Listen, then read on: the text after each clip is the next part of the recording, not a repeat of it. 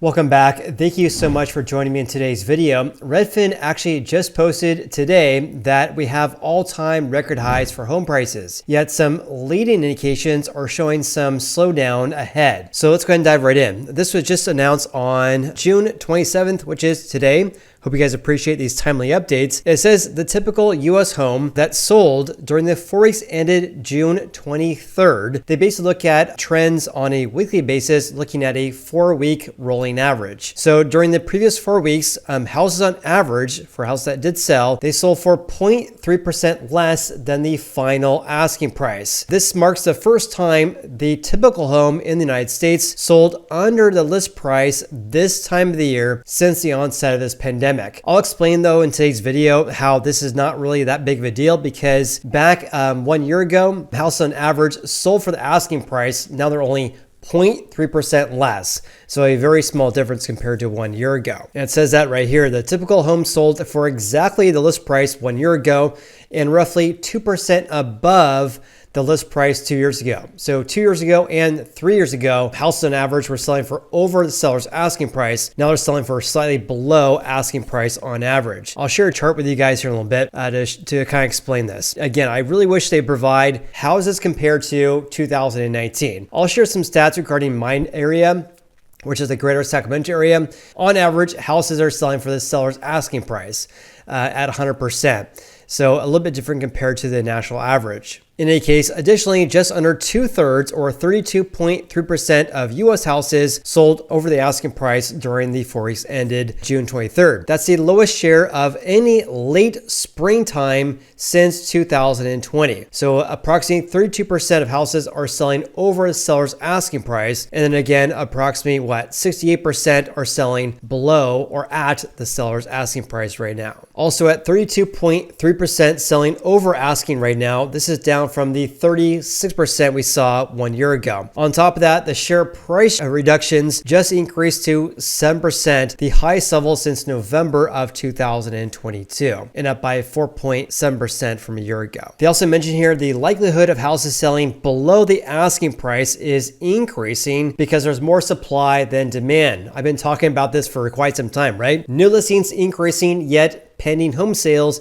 decreasing. We're seeing an influx of inventory, but we're seeing contracts being signed actually going down compared to a year ago. Now, I always say real estate is local, right? So in the greater Sacramento area, which includes Roseville, Rockland, Folsom, basically a half an hour drive of Sacramento, which is my territory. This, by the way, I pulled directly from our MLS. And I'll make a separate video regarding Sacramento housing trends, but I just want to share this because what we're seeing on a national level may not pertain to your area. We're just talking about national trends, which is different in each region, of course, every market as well. So looking at in Sacramento, the light green bars are the number of houses for sale. This is a 5-year chart going back to May of 2019. Also looking at May of 2024, obviously the most recent trends we have. So looking at 2019, we had over 4,500 houses for sale every single month. These are only single family houses. So for example, back in May of 2019, 5,000 houses for sale and only 2,500 sales. So we saw a big disparity here regarding sales, much less than inventory levels. Much different compared to 2020. I should say the last half of 2020 through early of 2022, sales were very, very close to the amount of houses for sale. So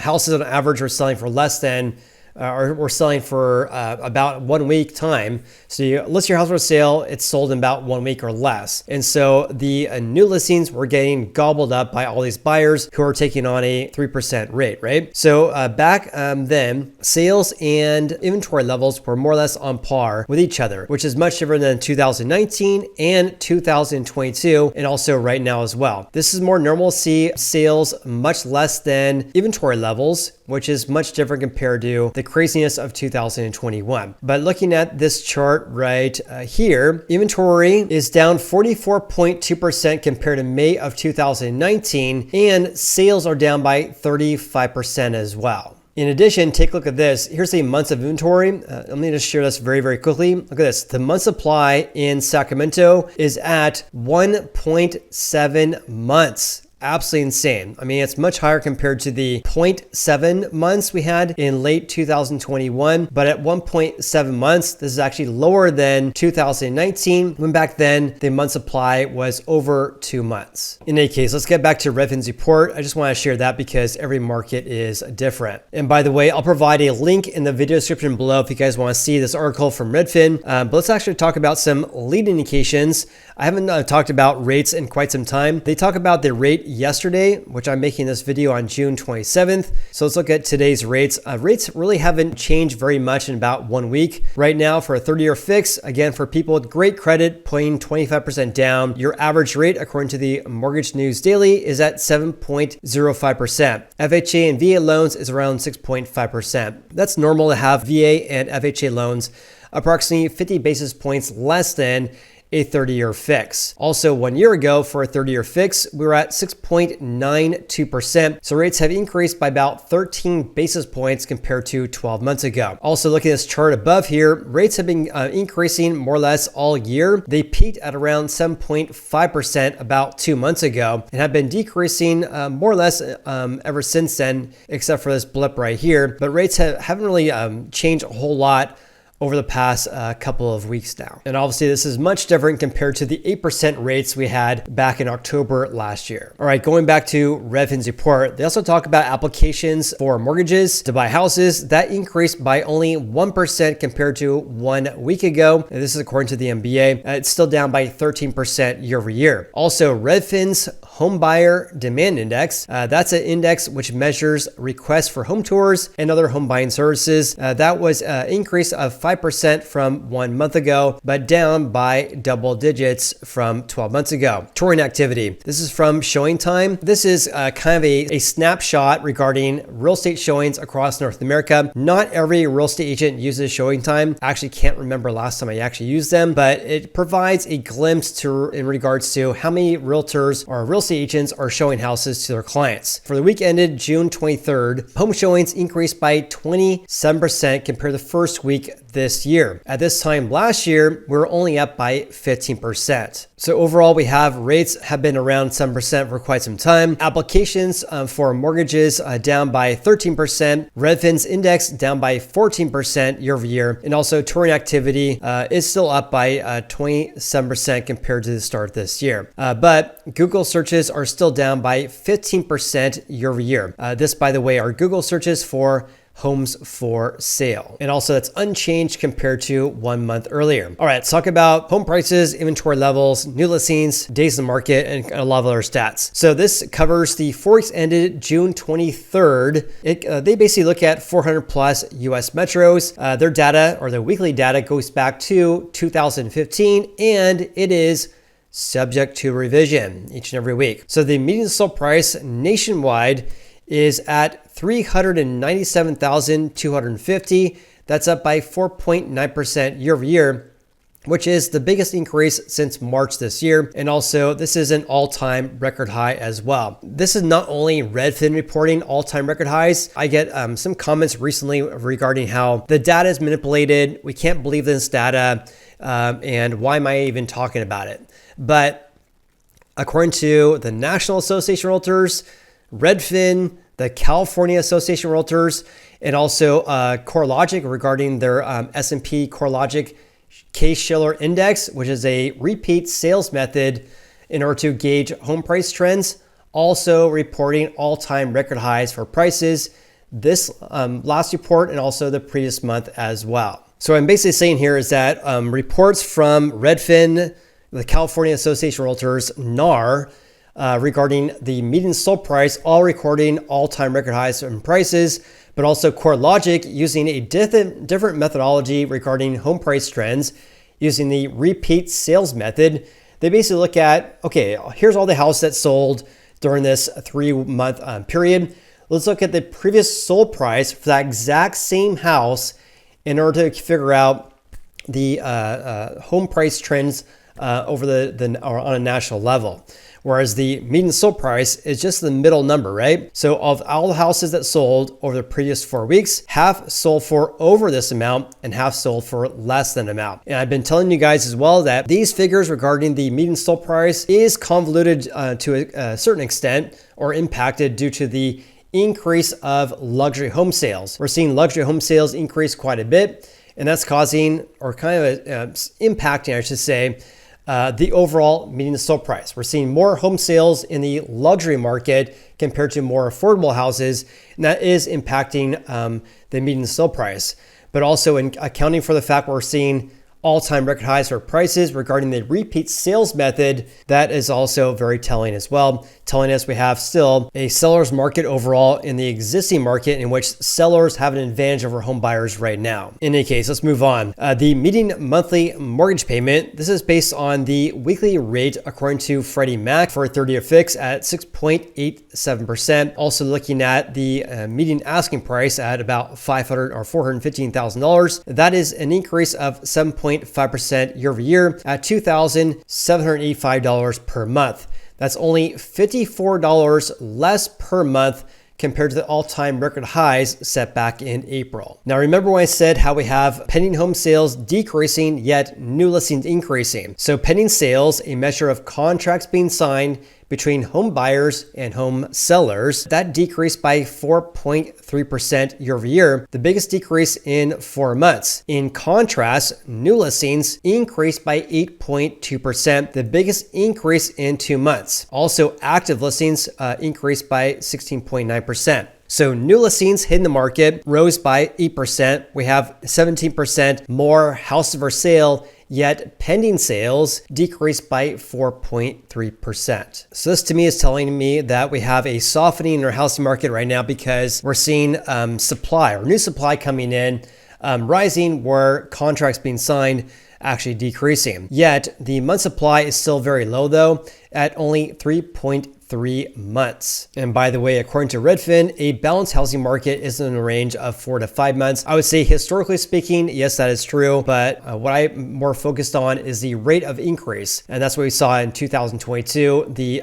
inventory levels were at all-time record highs in February and March. And then inventory absolutely skyrocketed, causing home prices to decrease, even though the month supply was still at very low levels. All right, so speaking of home prices, let's take a look at the 50 biggest cities, the most populous ones. So out of these 50 metros, the biggest increases of home prices is Anaheim, California, leading the nation once again, up by 16% year over year. After that is Nassau County, up by 14.4%. Then we have New Brunswick, New Jersey, Newark, New Jersey, and West Palm Beach, Florida. The biggest decreases, there are actually 4 of them. 46 of the 50 biggest cities have an increase of their median sold price compared to 12 months ago. So the biggest decreases are San Antonio, Texas, Austin, Texas, Dallas, Texas, and Fort Worth, Texas. Only 4 metros, and they're all located in Texas. Let's also take a look at pending sales. So pending sales increased the most in San Jose, California, up by 14.7%. Then we have Pittsburgh, San Francisco,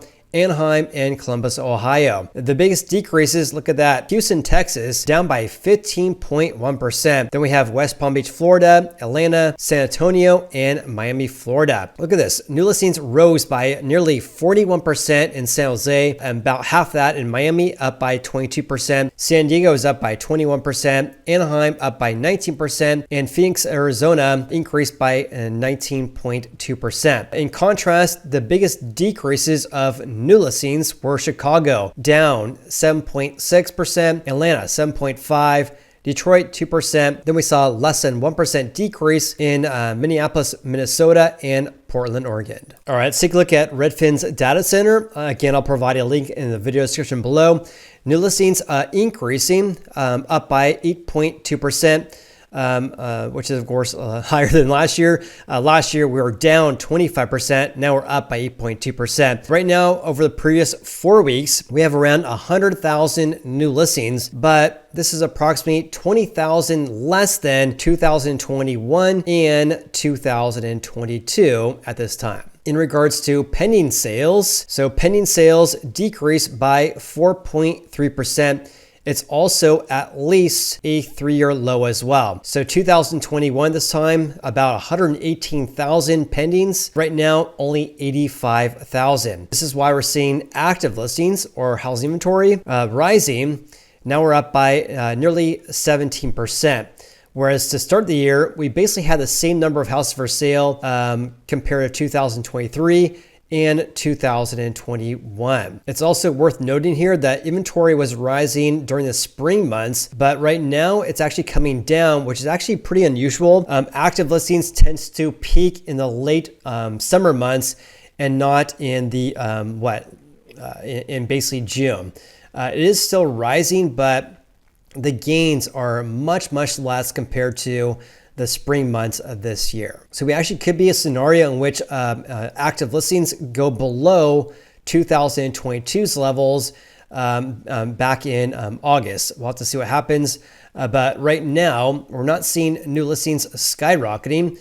They did increase compared to the previous week, but in order to see, basically supply far outpacing demand, you would want to see new listings basically increasing big time, and or pending sales basically going on like this, falling off a cliff. We are at least a 3-year low, but it's not too far off last year's levels right now. All right, going back to Redfin's report, let's look at average monthly housing payments. Again, around $2,800 per month. This is, of course, much higher compared to 2021 this time. Back then, your average housing payment was around $1,600 per month. So you're paying around $1,100 to about $1,200 more per month to buy an average price home today compared to 2021 at this time. Sad but true. Can you say a lack of housing affordability nationwide right now? Let's also take a look at the month supply. That's still at relatively low levels, historically speaking, but we're also at least a 3-year high as well at 3.3 months. 1 year ago, the month supply was around 2.7 months. What should happen right now is an increase for the remainder of the year because inventory levels, or I should say the month supply tends to peak in the winter months each and every year. Okay, let's change gears slightly here and talk about days on the market. So days on the market was at 31 days. This means that you list your home for sale. We're looking at national average. You get your house sold or you accept an offer from home buyer in 31 days. This is at least a 3-year high, which is actually pretty interesting over the past couple of months now, because on average, houses are taking longer to sell compared to last year's levels, which is different compared to January through basically April, where houses were selling faster compared to 2023. And ever since May, that got reversed. Houses taking longer to sell on average right now. Going back to my MLS in Sacramento, this is actually much different compared to the national average because in the greater Sacramento area, houses are actually selling faster compared to a year ago. So May of 2024, it's taking only 22 days to sell a house. 1 year ago, 27 days. That's a decrease of 18.5% year over year. Also compared to May of 2019, also selling faster as well. 22 days right now. May of 2019 at 26 days. So houses taking are selling faster compared to 1 year ago and 5 years ago as well in the greater Sacramento region. And by the way, if you guys want me to make a separate video regarding the Sacramento housing market, please leave me a comment below. Happy to make a video about that. I tend to make a video about the Sacramento housing market about once per month. But again, please leave me a comment below if you guys want to see a separate video regarding that. All right, so going back to Redfin's report, let's talk about price drops. That has been basically skyrocketing ever since April. We're at 6.7%, which is, I think, tied compared to November. back in November of 2022, the share price drops was also around 6.7%. What is different this year compared to 2022 though, is that in January this year, we were already at 3.5%, whereas in January of 2022, it basically was at 1.7%. So share of price drops basically skyrocketed in 2022, whereas this year we are at least a 3-year high, but we started at a much higher level, basically double compared to the starting point of 2022. Also, let's take a look at the average sale price to final list price ratio. That was at 99.7%, which means that basically on average for all the houses that sold over the previous 4 weeks, they sold for 0.3 percentage points less than the final asking price or the final asking price of the home seller. But like I mentioned at the very beginning of this video, not that big of a deal because we're not too far off last year's levels. Last year, that ratio was at 100%. Right now we're at 99.7%. So not a big change compared to 1 year ago, but a big change compared to the past several years, because in 2022 and 21, houses on average were selling for about 2% over the seller's asking price. And lastly, let's take a look at the Redfin Home Buyer Demand Index. That actually increased last week, but still down by 14% year over year, and at least a 3-year low as well. What catches my attention the most regarding this chart here is 2022. I mean, the index basically fell off a cliff starting in April, basically decreased for the remainder of the year, especially in April through June. Whereas this year, we did see a small blip in the spring home buying season, but ever since then, more or less has been coming down, except for this last week. In any case, please leave a comment below with your biggest takeaways from today's video. My biggest takeaway is, of course, this supply versus demand imbalance. We're seeing pending home sales decreasing, yet new listings and active listings rising compared to 12 months ago, which is a common trend we've been seeing looking at Redfin support for about a month now. So very interesting to see that, we're not seeing a big surge of supply, yet we're also not seeing a big increase or big decrease of pending sales. It is falling, but it's not falling off a cliff right now. In any case, that's my biggest takeaway. But what's yours? Please leave me a comment below with your thoughts regarding that. Also, if you guys are still watching today's video, please hit the like button. I greatly appreciate that. Of course, I appreciate you guys so much for supporting my YouTube channel. I only got 5 hours of sleep last night, so a pretty challenging video to make today. So I hope it made sense. Anyways, hope you guys have an awesome day. I look forward to seeing you on the next video.